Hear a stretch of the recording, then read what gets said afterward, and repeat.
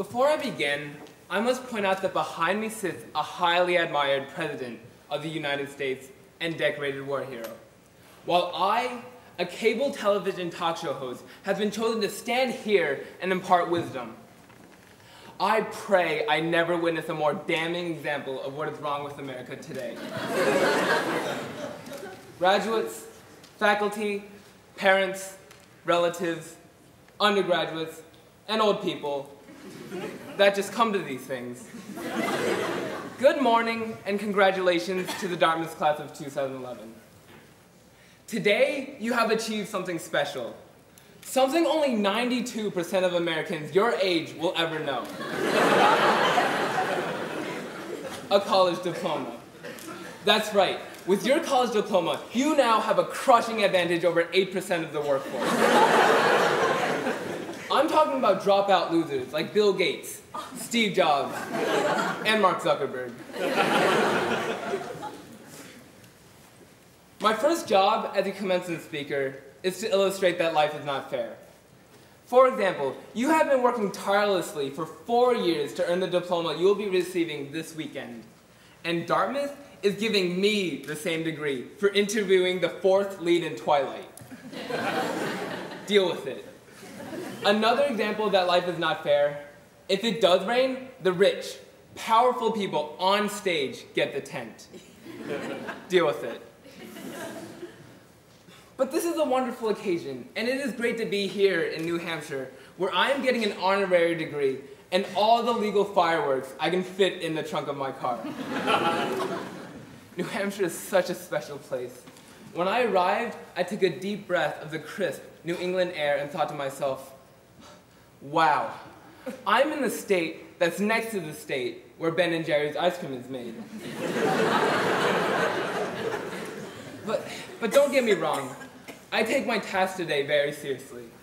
When I got the call 2 months ago to be your speaker, I decided to prepare with the same intensity many of you have devoted to an important term paper.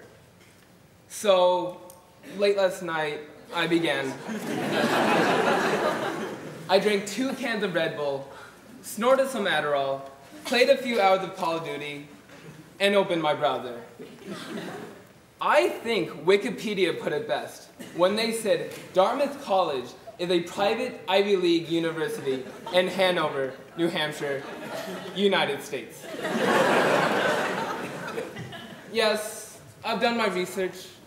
This college was named after the 2nd Earl of Dartmouth, a good friend of the 3rd Earl of UC Santa Cruz and the Duke of Barbizon School of Beauty. Your school motto is Vox Clamantis and Deserto, which means voice crying out in the wilderness. This is easily the most pathetic school motto I have ever heard. Apparently, it narrowly beat out silently weeping in thick shrub and whimpering in moist leaves without pants. Your school color is green, and this color was chosen by Frederick Mathers in 1867 because, and this is true, it was the only color that had not been taken already. I cannot remember hearing anything so sad. Dartmouth, you have an inferiority complex, and you should not. A hallmark of great commencement speeches is deep, profound advice like reach for the stars. Well, today I am not going to waste your time with empty cliches. No. Instead, I'm going to give you real, practical advice that you will need to know if you're going to survive the next few years. First, adult acne lasts longer than you think. I almost had to cancel 2 days ago because I had a zit on my eye. Guys, this is important. You cannot iron a shirt while wearing it. If you live on ramen noodles for too long, your stool becomes a white gel, and you lose all feeling in your hands. And finally, wearing colorful Converse high tops beneath your graduation robes is a great way to tell your classmates that this is just the first of many horrible decisions you plan to make with your life. Of course, there are many parents here, and I have real advice for them as well. Parents, Write this down. Many of you haven't seen your children in 4 years. Now, you are about to see them every day when they come out of the basement to tell you the Wi-Fi isn't working.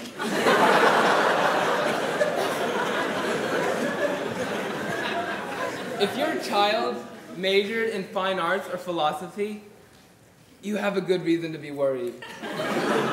The only place where they are really now qualified to get a job is ancient Greece. The traffic today on East Wheelock is going to be murder. So when they start handing out diplomas, you should slip out in the middle of the case. You will spend more money framing your child's diploma than they will earn in the next 6 months. It's tough out there, so be patient. The only people hiring right now are Panera Bread and drug cartels. But enough, this is not the time for grim prognostications and negativity. No, I came here today because, believe it or not, I actually do have something real to tell you. By definition, a commencement speaker at an Ivy League college is considered successful. But a little over a year ago, I experienced a profound and very public disappointment. I did not get what I wanted, and I left a system that had nurtured and helped define me for the better part of 17 years. I went from being in the center of the grid to not only off the grid, but underneath the coffee table that the grid sits on. Lost in the shag carpeting that is underneath the coffee table supporting the grid. It was the making of a career disaster and a terrible analogy. There are few things more liberating in this life than having your worst fear realized. I went to college with many people who prided themselves on knowing exactly who they were and exactly where they were going. At Harvard, 5 different guys told me that they would one day be President of the United States. 4 of them were later killed in motel shootouts. The other one briefly hosted Blue's Clues before dying senselessly in yet another motel shootout.